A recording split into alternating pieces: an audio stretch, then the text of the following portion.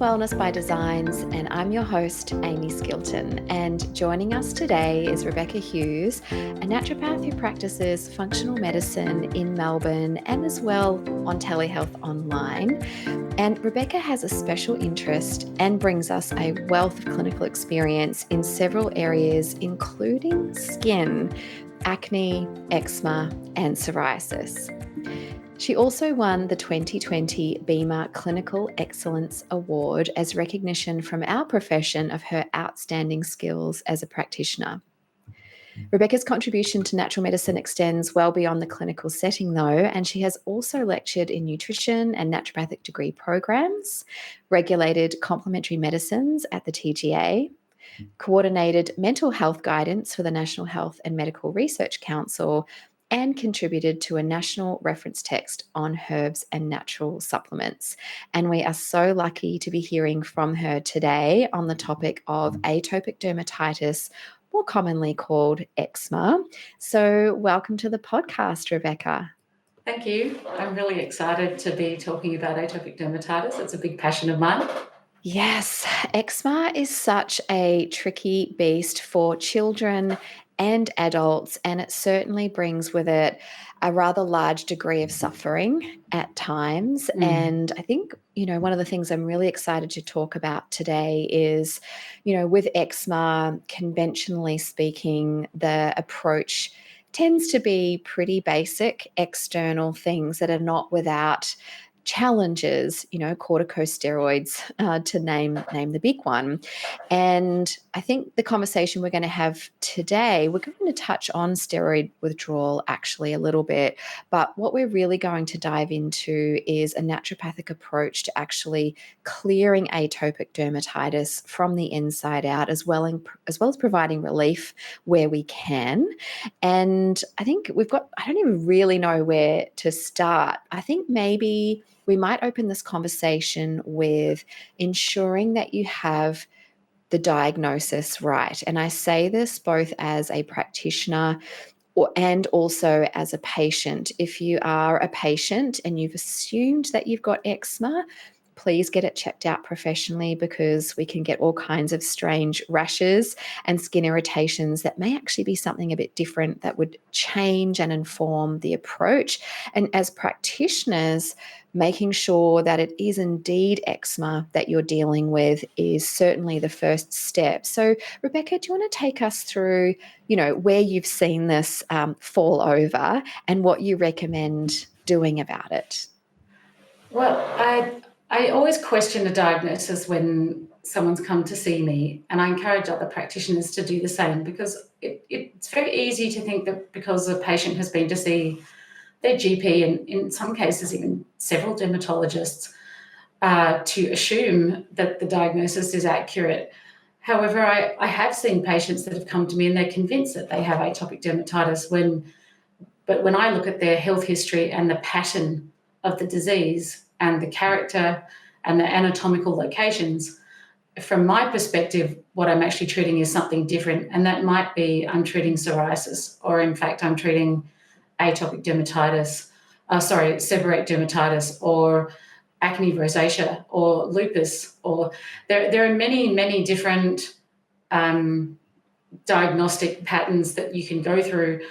And just because many of them are treated with the same drug in dermatological settings doesn't mean that they're the same disease. And from the perspective of a naturopath and or functional medicine practitioner, we do bring a different lens to each of those different diagnoses. We don't use the same strategies and the same medicines. And I think that's probably where the departure lies, is that we're looking at the condition through a different set of eyes. Yes, a more holistic way of viewing where it's coming from, which I think makes a huge difference, particularly as it informs the treatment. Actually, before I continue to pick your brains on atopic dermatitis, I'd love to know, how did your interest in skin things start? Like, what your trajectory in practice has been like that's led you to having a particular passion for skin things? Well, I think that I started to, as sometimes happens in practice, is that you sometimes see a number of different patients in a row, but they all sort of have the same thing, and that started with acne, common acne vulgaris. And I have personal experience with that as well. When I was a young woman, sort of transitioning from high school into my 20s, I suddenly got acne, which was a bit of a surprise to me. And I remember that. I remember that pathway, which was a very conventional medical pathway, because I wasn't yet a naturopath, and there just weren't a lot of choice. There wasn't a lot of choice. There weren't options presented to me.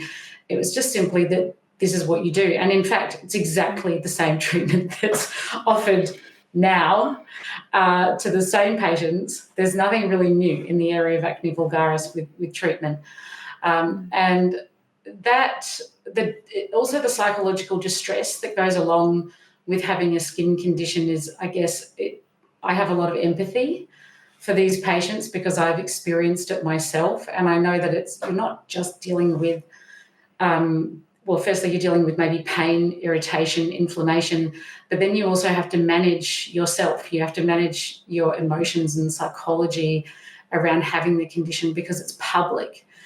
Almost, people can see it. It's not like your fatty liver disease that's living inside your body. No one can see that.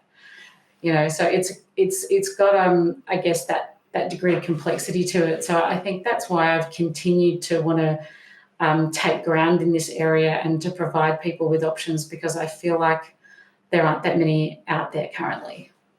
I would agree. I have a very similar story to you where I had acne as a teenager and I went straight on the pill at 16.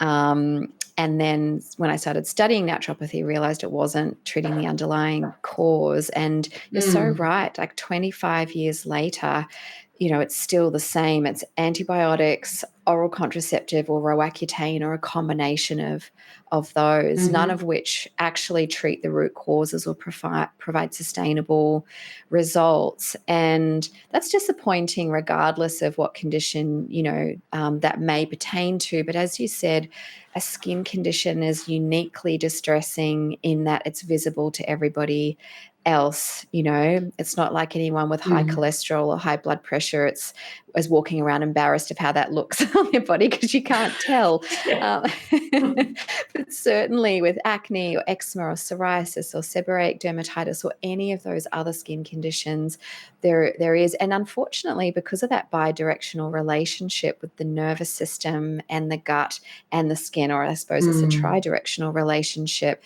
what then becomes further, I guess, complicating is that impact of distress about the condition actually contributes to the persistence of it as well. Yeah. So there's certainly a lot of moving parts as far as,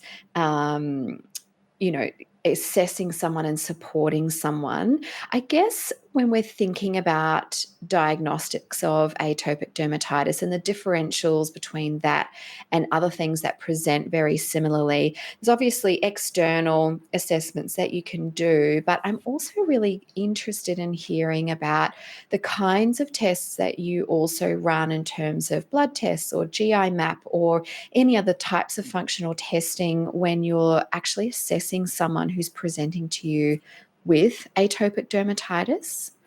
I don't think there's any one specific diagnostic test, unfortunately, and I think that's probably one of the difficulties in dermatology in general, is that you're often making like a clinical diagnosis with some supportive evidence, with pathology findings.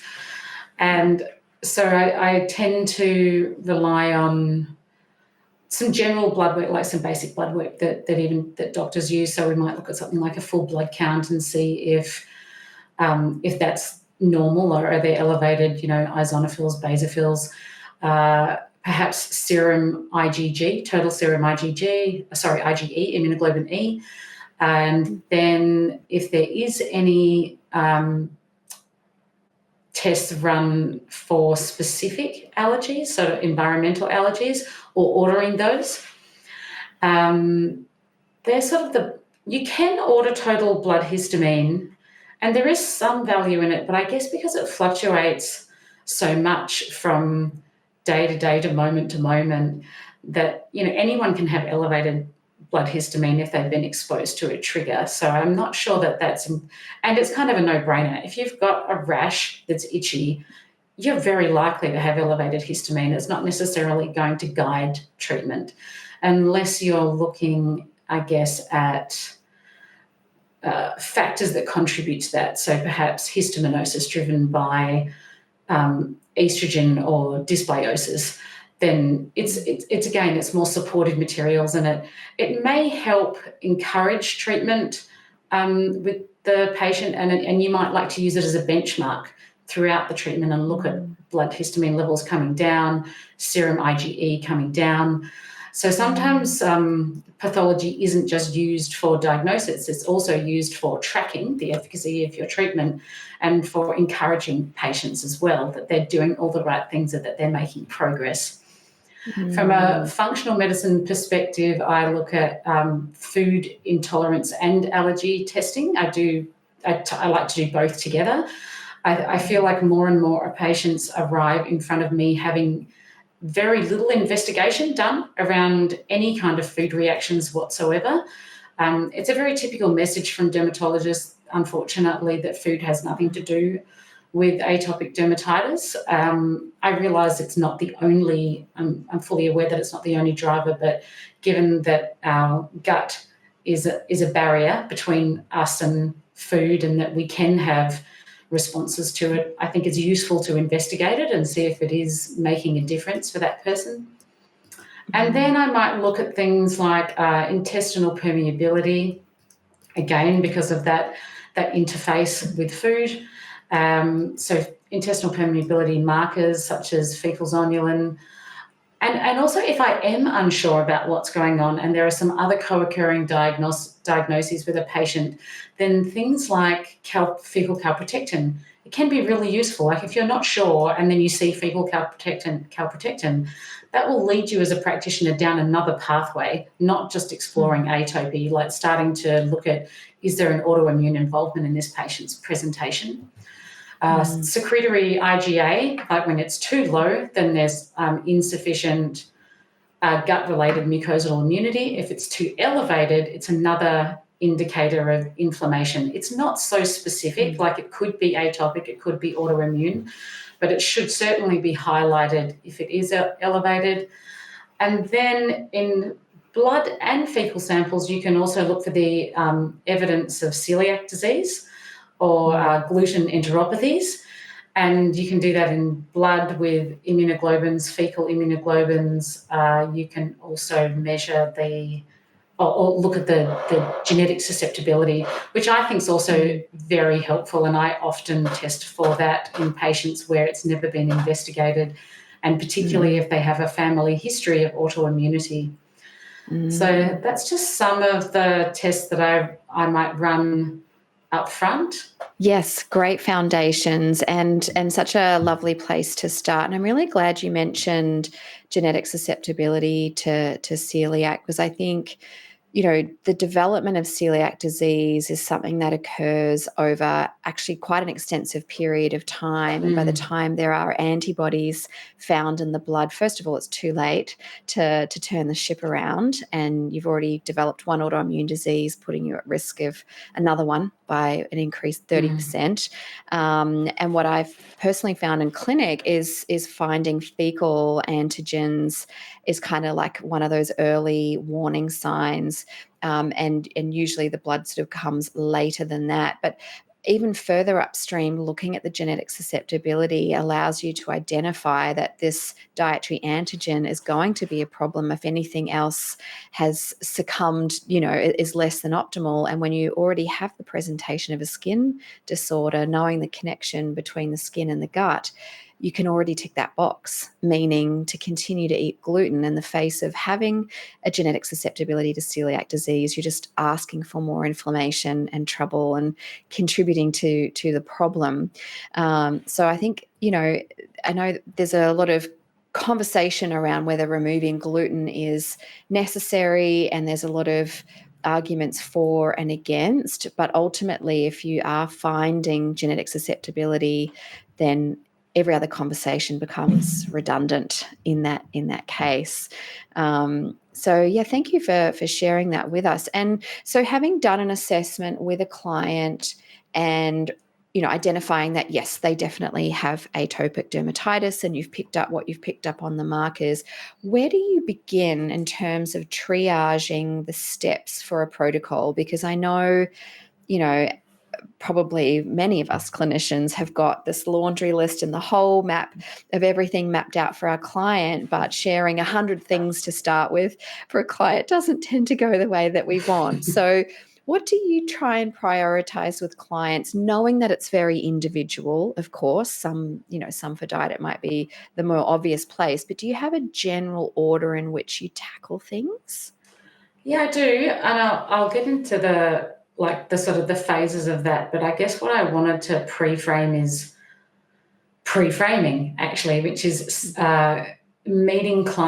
creating actually the client's expectations or the patient's expectations, both for them and for yourself. Because most patients have been, if they are an adult with atopic dermatitis, this has been a long time in the making. They might have had atopic dermatitis since they were an infant.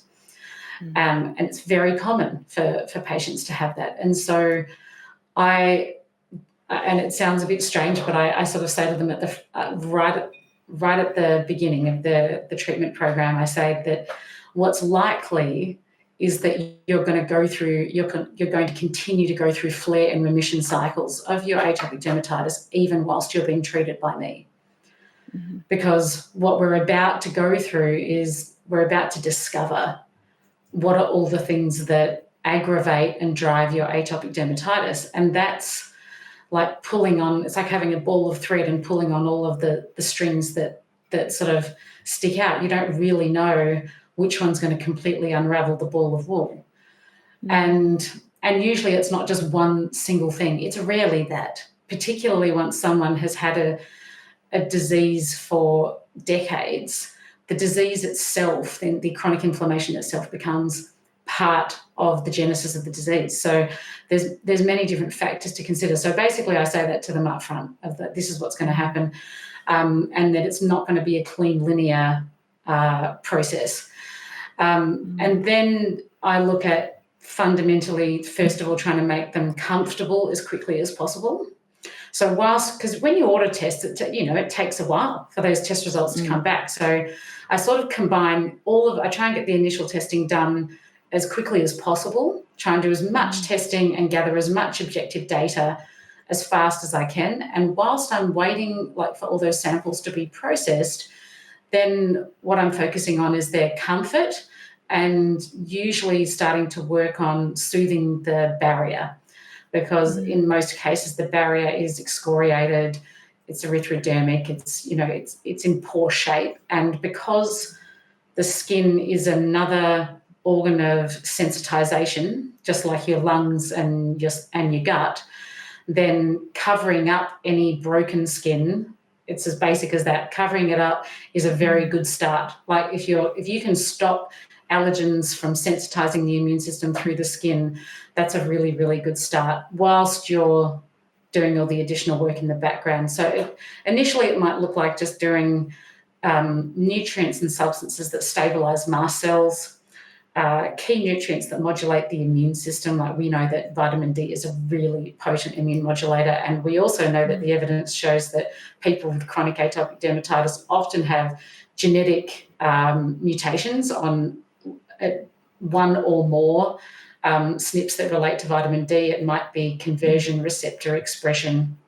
Zinc, also a potent immune modulator, as well as skin barrier and gut barrier repairer, and vitamin A for its benefits with skin repair. And I pretty much this is another thing I wanted to highlight, I start with nutrients, because I don't yet know what this person's immune system is going to do. If they're a new patient, I don't know what they're going to react to. So that's how I start out. And then once I get that objective data back, the test results start coming in, then I can start to tailor the treatment toward that patient. So, you know, do they need to do a food elimination? What kind? For how long? Do the intestinal permeability results show that they've got a really leaky gut, in which case you know that you're going to be on a 3-month program of just gut repair at the same time as doing food elimination. And then that's probably, once you've got those things in place, then what can we now work on environmentally, emotionally? How can we support, you know, all the other factors that are contributing to the atopic dermatitis?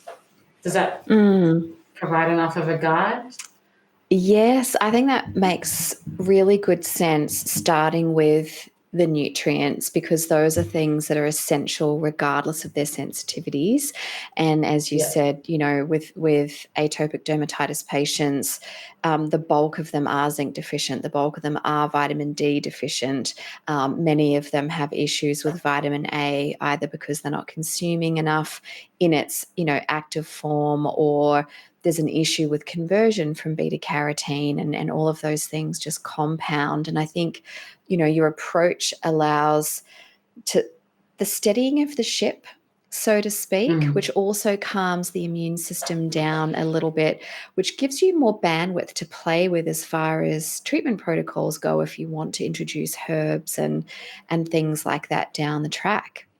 Yeah, brilliant. I think that's such a wonderful approach, and such a considered one, when it can be very tempting when it comes to relieving someone's suffering, just to just throw everything in. So you mentioned, obviously, initially you're looking at nutrients, and then you might start eliminating foods. And of course, at this stage, you will have likely received some test results back. You mentioned a little bit earlier about allergy testing, and I know you're a big fan of utilizing that. Is there a theme with what comes up more commonly with those who are struggling with atopic dermatitis, or is it just a bit of a mixed bag of lollies? I'd say environmentally, a lot of patients have allergies to dust mites and animal danders, often pollens as well. But I guess we have to consider also that that is the general battery of tests that's done under the Medicare item number in Australia. Gotcha. So they really only, up front, they test for pollens, danders, dust mites, maybe sometimes cockroaches, things like that.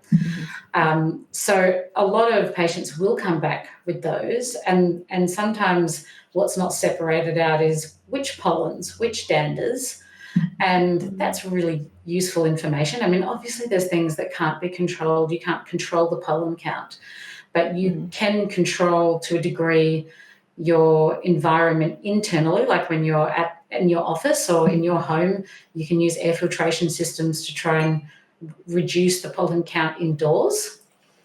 But it would be also useful for some patients to be able to anticipate if there are certain pollens that they know they're highly reactive to, and that time of year is coming around, then they can fortify themselves, you know, to know that that's coming. And with danders, I find this an interesting area, because there's so many people that don't get tested, or this is even more alarming to me, is that they know that they're allergic to dogs, and yet they still have a dog, and they try and convince me that their dog is hypoallergenic, and I'm like, yeah, but that doesn't mean it's non-allergenic.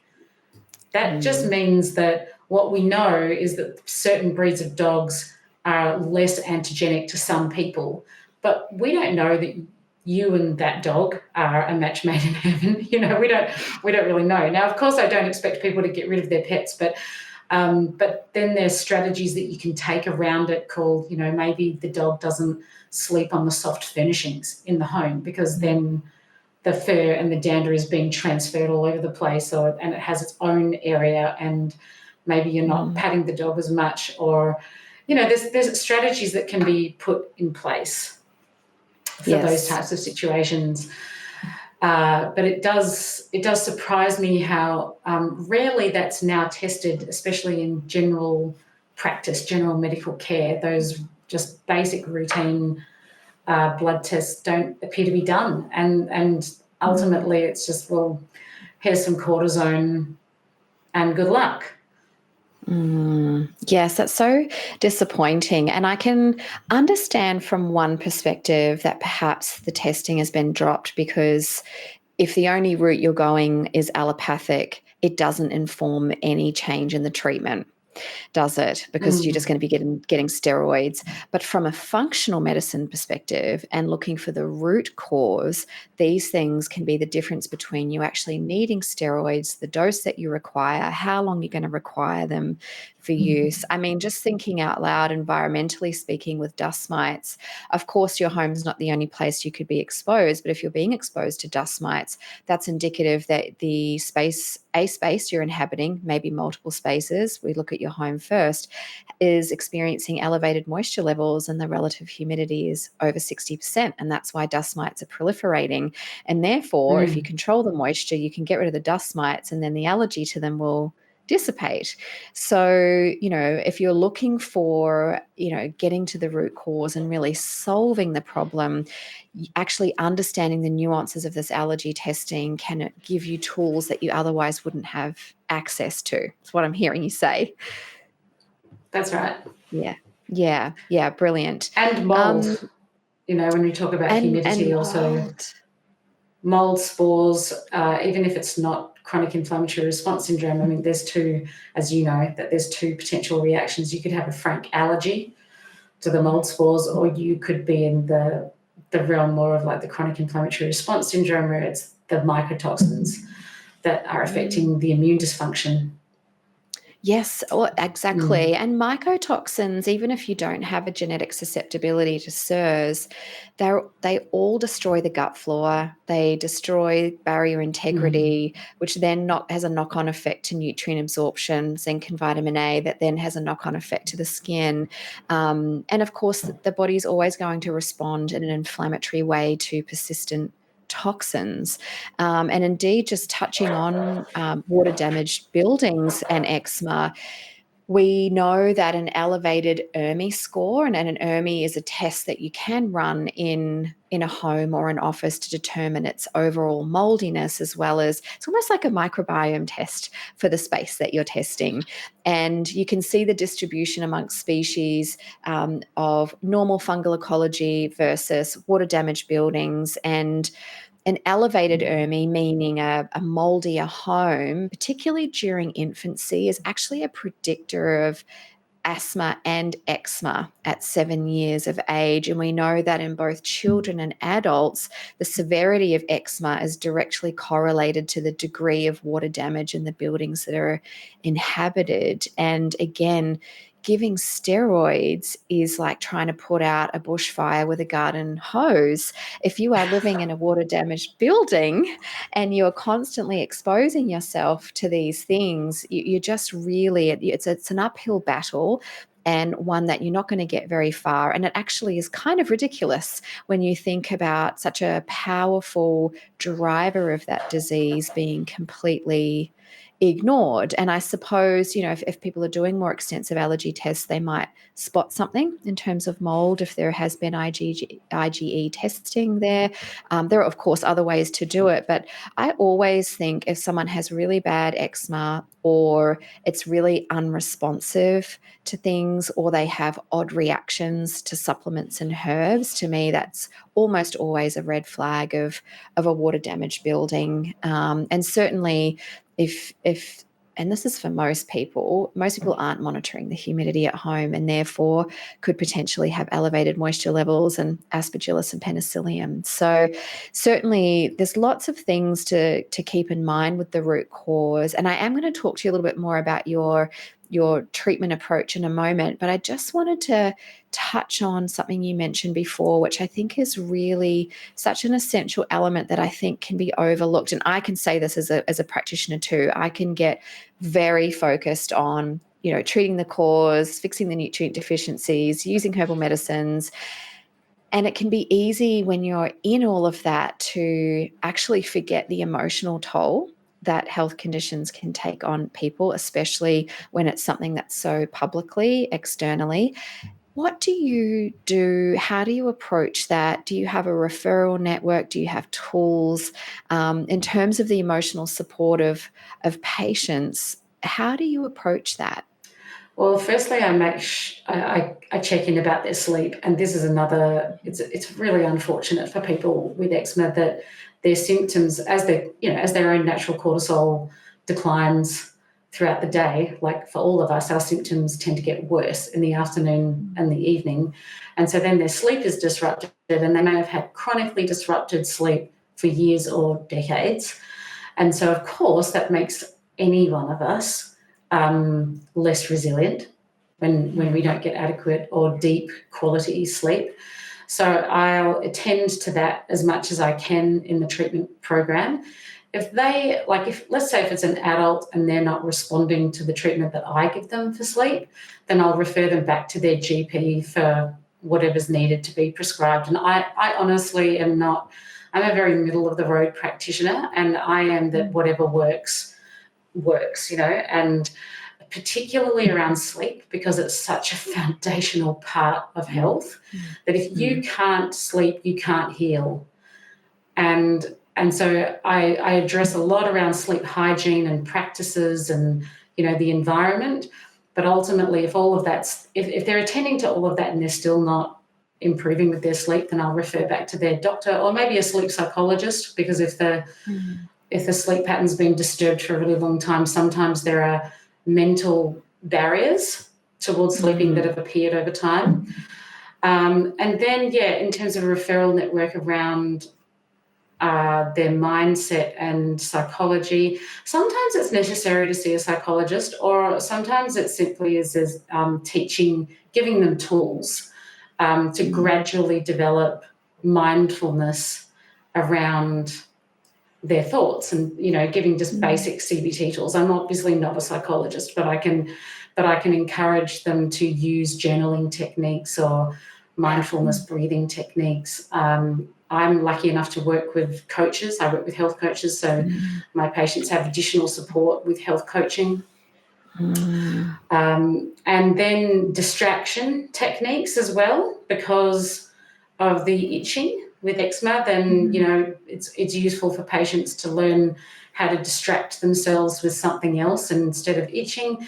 And bringing mindfulness to itching actually is a really important thing to do. It's not so useful for children. Children don't have the cognitive awareness yet to know when they're being habitual versus reactive, but adults know, and they know that. And what I've seen is a cycle where they're not even physically or physiologically itchy, but they get stressed about something and start scratching.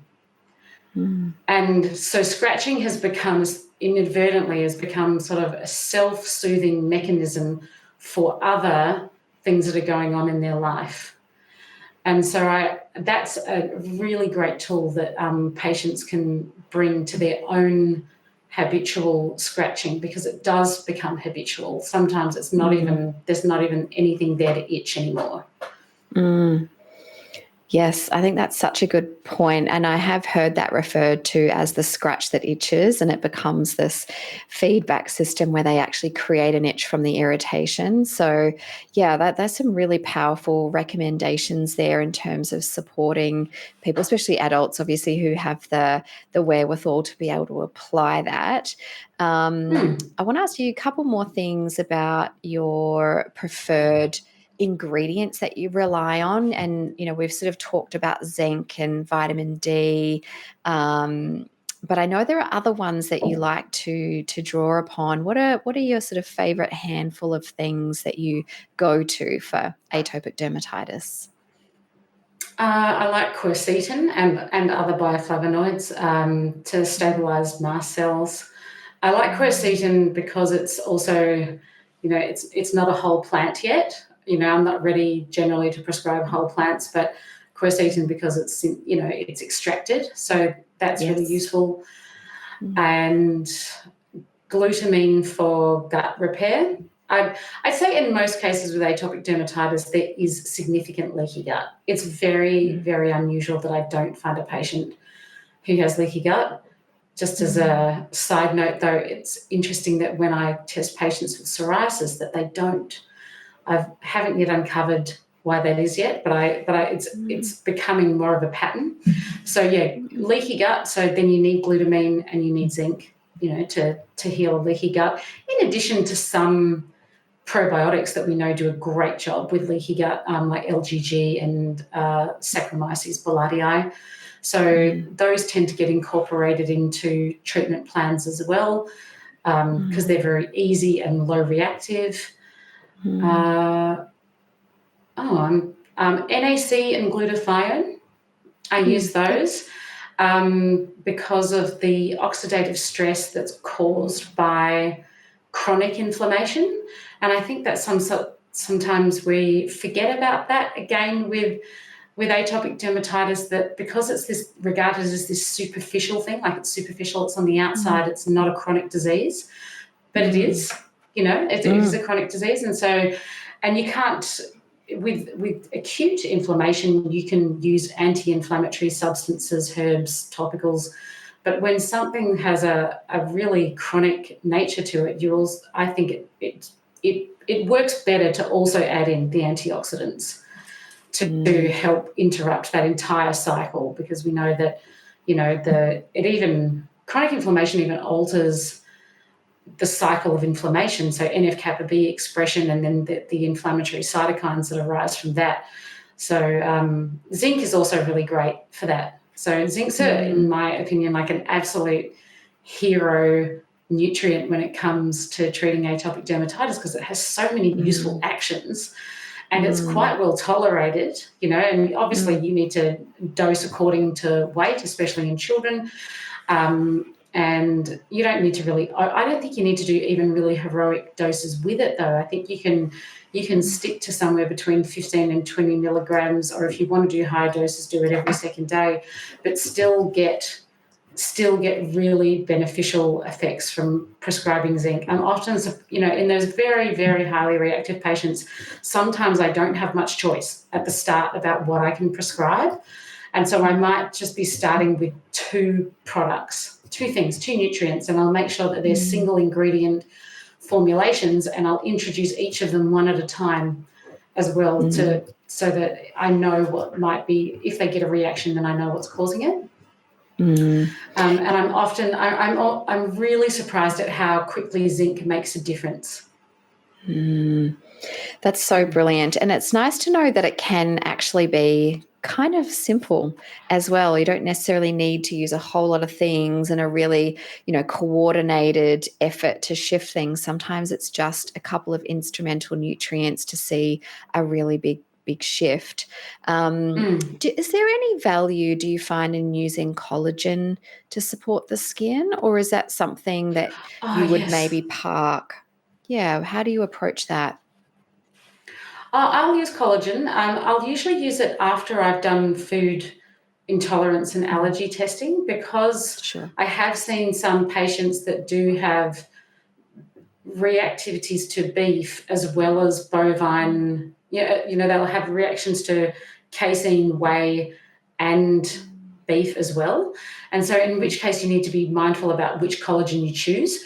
But if they don't have that as a sensitivity, then I will use beef collagen, and there are also marine-derived collagens on the market. But I think it's great, because then you're providing the building blocks for making the new skin.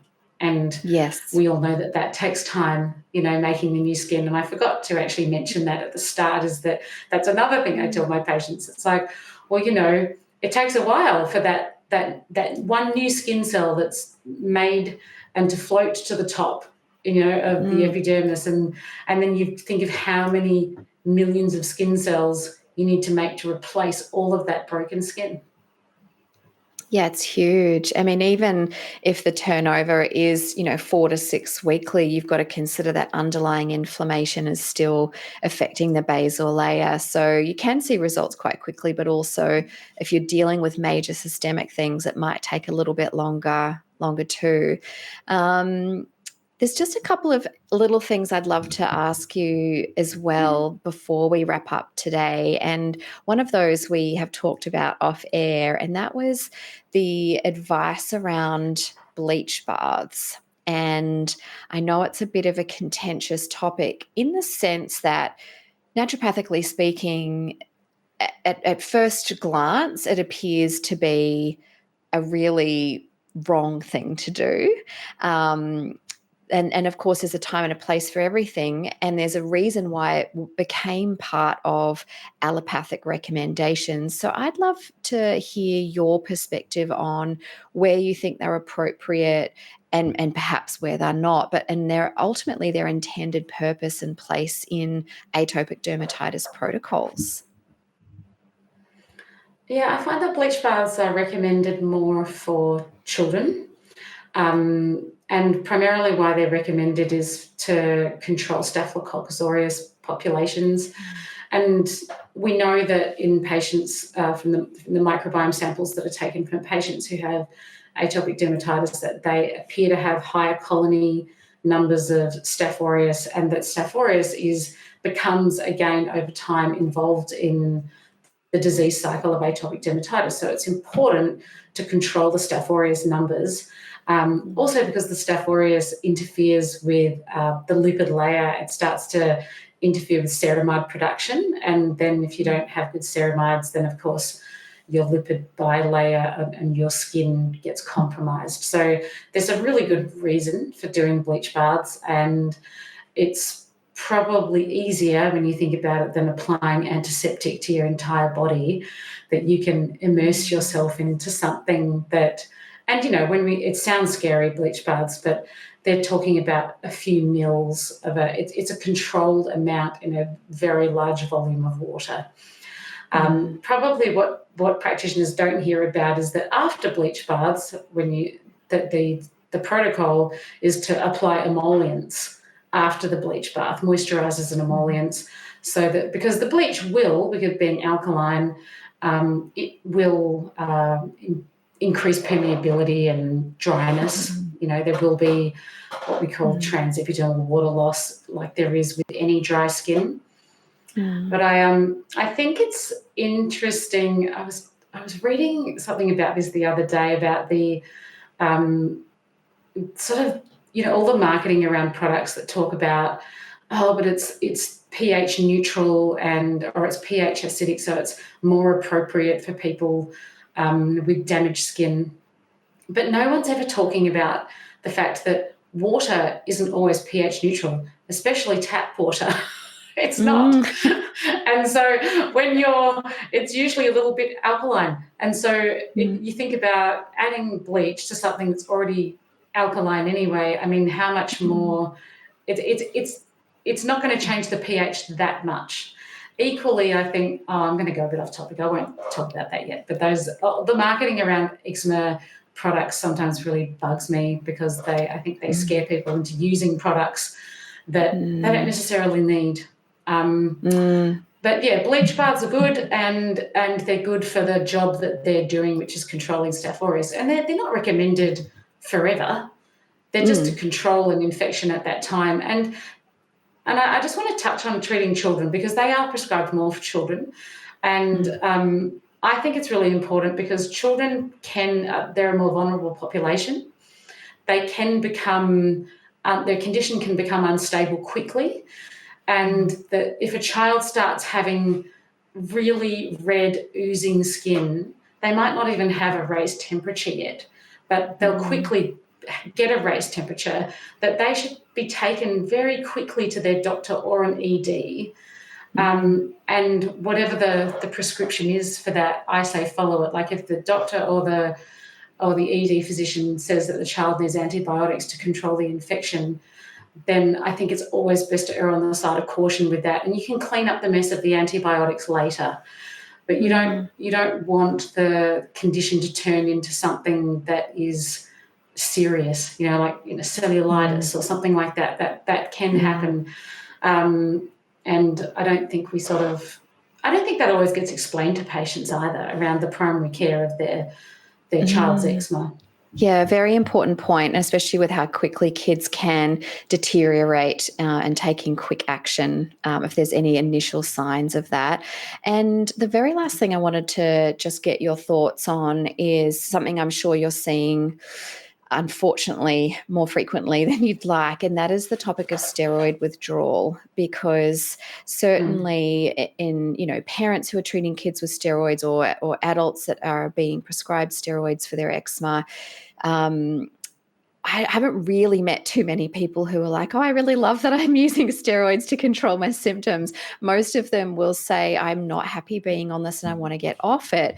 But I know in terms of coming off steroids, it must be done really carefully in order to avoid steroid withdrawal. And I think you've borne witness many a time to when things have gone wrong there. Do you want to just highlight that issue for us and how you approach that also? Yeah, it's a message that I start again at the beginning of a treatment program, and I'll really reinforce with my patients that just because I'm overseeing your care doesn't mean you can stop using steroids, and please don't stop using them until you're more stable and we've had a conversation and we've got a strategy for this. People still take themselves off their steroids and then they end up in a flare, but it's okay. We can clean that up. But it is really an important. I think what's not explained to patients is how powerful those medications are. Those medications are suppressing an immune response, and if you've been using it for years, it's been suppressing it for years, and so the issue with steroids, it doesn't matter whether they're oral or topical, is that everyone experiences steroid rebound.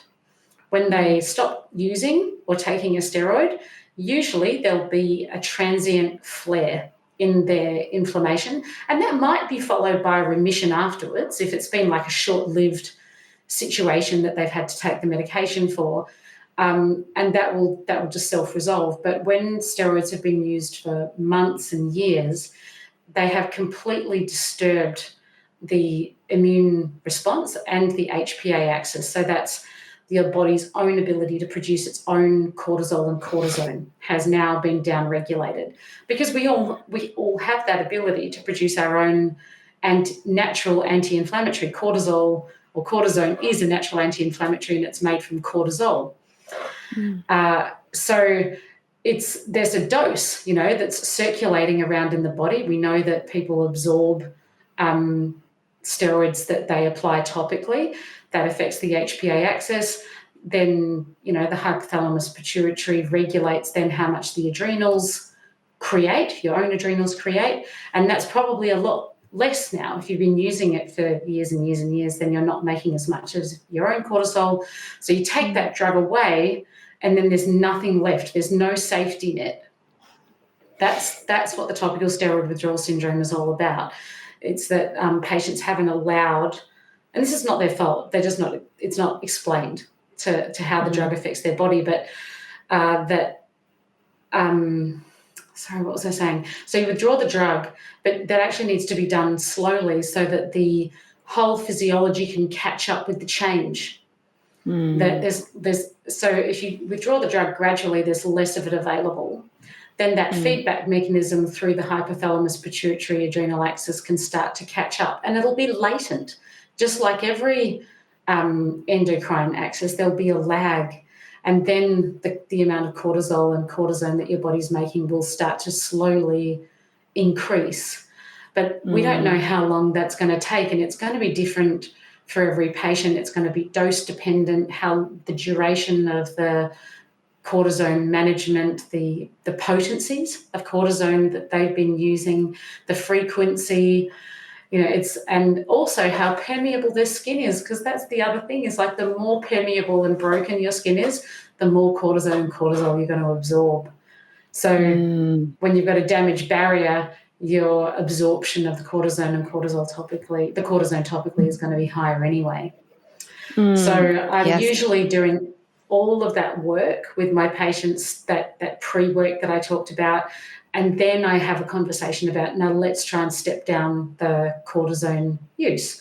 And so that might be like probably reducing frequency first, like keeping the dose and the type of the cream or ointment exactly the same, and then reducing the frequency. So if they're using it 3 times a day, then we go down to reducing it twice a day, and then to once a day, and then every other day. But all the while, it's your patient, right? So you've got to be working together to figure out what is the tolerable dose that they can reduce their steroids without feeling uncomfortable, or if there is discomfort, it's a manageable amount of discomfort. And that's really the reality of it, is that it's going to be walking the line of manageable discomfort while the patient is reducing the steroid, as well as whatever other topical supportive management that you're doing.